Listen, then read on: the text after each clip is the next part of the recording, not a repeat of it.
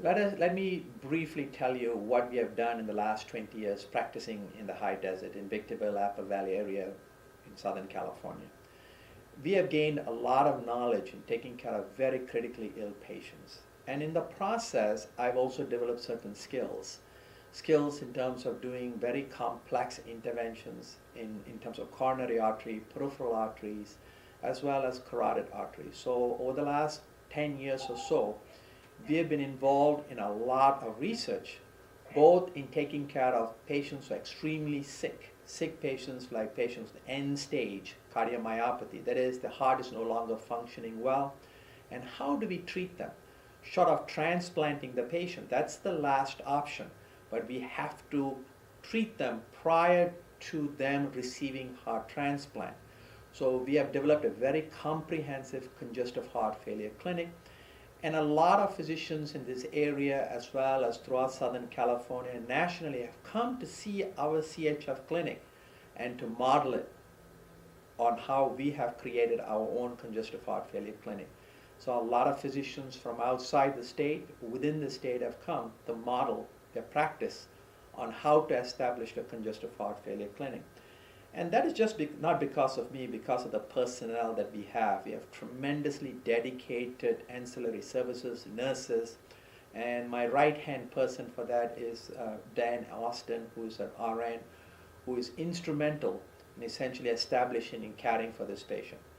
We also do complex interventions, as I said. So over the last 10 years or so, we probably have trained over 200 cardiologists, vascular surgeons, radiologists in complex carotid interventions as well as peripheral interventions. We recently participated in the Heart Institute, especially with me being the primary investigator in 2 different studies.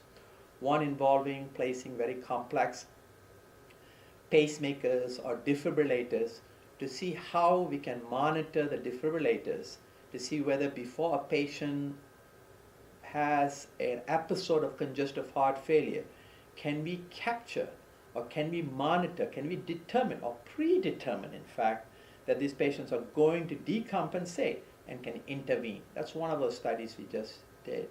A second study we did was essentially looking at octogenarians, that is, patients who are over the age of 80 who have carotid artery disease, who have had strokes, to see whether they are candidates for undergoing angioplasty.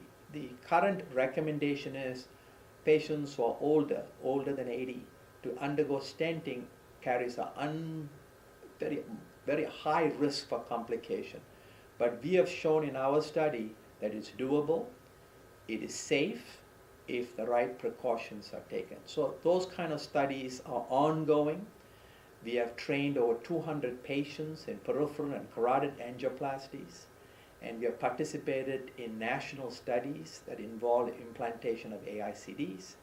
We have also participated in national studies in terms of stenting for carotids. So we are a very aggressive, at the same time, we keep up to date in both in cardiology and cardiovascular disease.